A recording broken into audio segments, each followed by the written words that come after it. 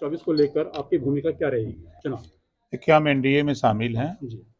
और उत्तर प्रदेश की 80 सीट जीतने के लिए 18 जुलाई को दिल्ली में एनडीए के सभी घटक दल बैठक हुई और 330 प्लस सीट जीतने का लक्ष्य लेकर के हम लोग काम कर रहे हैं। सर, सीट शेयरिंग को लेकर आपकी डिमांड क्या रहेगी?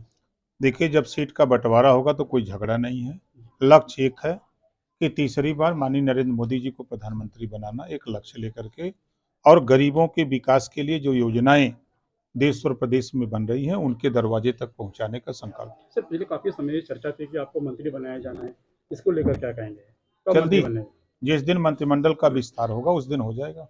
सर, इंडिया गठबंधन को लेकर के खड़गे को पीएम के तौर पर पेश किया जा रहा है और इनमें आपस में जो राहुल हैं, नीतीश जी हैं, इनमें फूट सी पड़ गई है, क्या कहेंगे?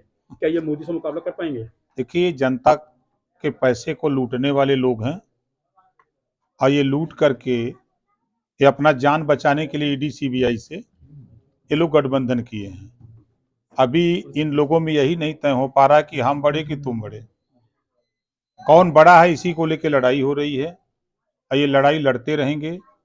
और आप देखिएगा 2 लाइन विपक्षियों के लिए कि विपक्षियों ने ठाना है और 24 में मोदी जी को प्रधानमंत्री बनाना है। अब खड़गे को बनाया जाता है पीएम का चेहरा, तो क्या मुकाबला कर पाएंगे मोदी जी से? टिक पाएंगे सामने उनके? अभी 5 राज्यों के चुनाव हुए हैं। 5 राज्यों के चुनाव में खड़गे जी भी थे, पूरा विपक्ष था, आपस में लड़ के मर गए सब। और 3 राज्यों का चुनाव बीजेपी ने जीता। पूरे देश में मैसेज गया कि मोदी जी का मुकाबला कहीं नहीं है। कहीं नहीं। सर, ये भी संसद में अभी काफ़ी निलंबन हुए हैं काफ़ी सांसदों के, इसको लेकर अखिलेश जी का एक बयान आया है। उन्होंने एक बयान ये कहा है कि जो पुरानी संसद थी, जो पुरानी बिल्डिंग है, उसमें मनुस्मृतियाँ रखी हैं, तो इसको हम लोकतंत्र का मंदिर नहीं कह सकते। बिल्कुल विपक्ष की सफाई के लिए इन्होंने एक आरोप लगाया है, सरकार पर क्या कहेंगे इसके? देखिए, अब उनको इसके सिवा कुछ कहना नहीं है। इस देश में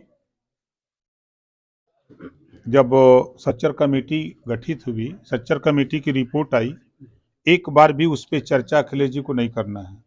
रंगनाथ मिश्रा कमेटी क्या है, ये उन्होंने कभी मुसलमानों को बताने की कोशिश नहीं की।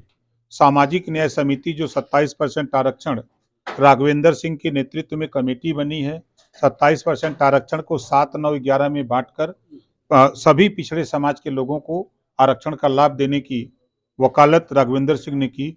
उस रिपोर्ट पर कोई चर्चा उनको करने की हिम्मत नहीं है। राष्ट्रीय स्तर पे रोहिणी आयोग का गठन हुआ है कि 27% आरक्षण को बांट करके जो हिस्सा है सबको दिया जाए। इस पे चर्चा करने के लिए अखिलेश जी के पास समय नहीं है। देश में एक समान, अनिवार्य और फ्री शिक्षा पे बहस करने के लिए उनके पास समय नहीं है। आज अभी एक देश एक राशन कार्ड का कानून बना, एक देश एक चुनाव के कानून पे चर्चा हो रही है बनाने की। तो एक देश एक समान शिक्षा का कानून बनाने पर चर्चा क्यों नहीं करते विपक्ष के लोग? आज देश में बेरोजगारी है, इस बेरोजगारी पर कक्षा 4 से ये चर्चा क्यों नहीं करते कि देश में तकनीकी शिक्षा लागू हो?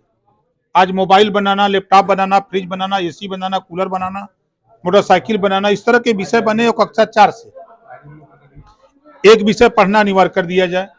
4 साल, 3 साल, 5 साल के बाद जब बच्चा विद्यालय छोड़े तो उसके हाथ में हुनर हो।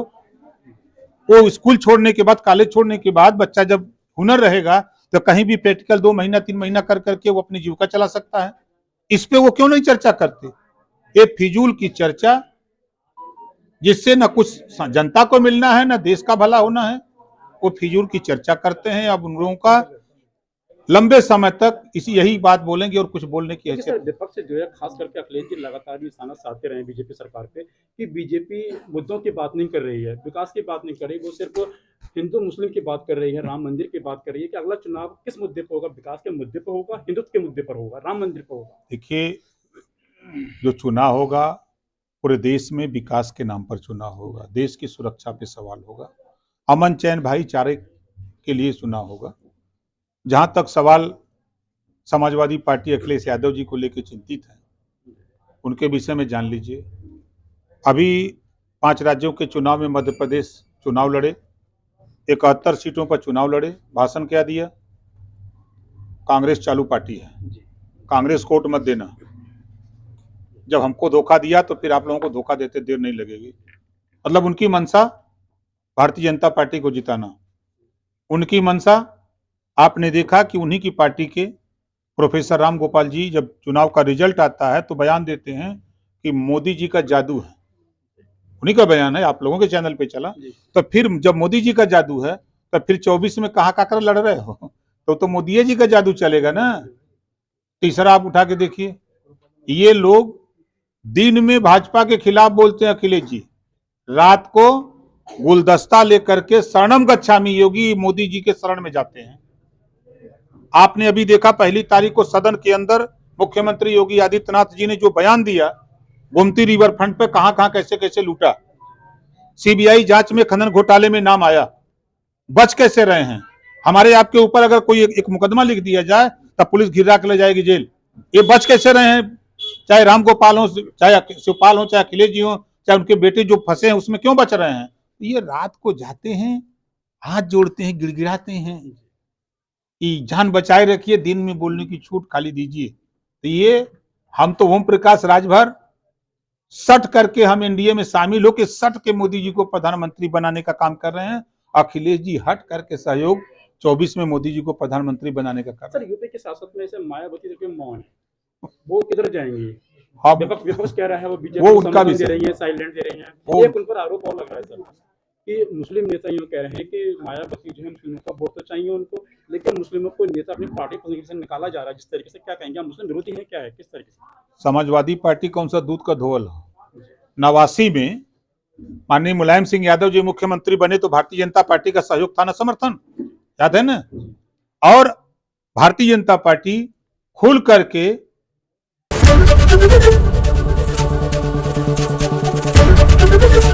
एबीपी गंगा, खबर आपकी, जुबान आपकी।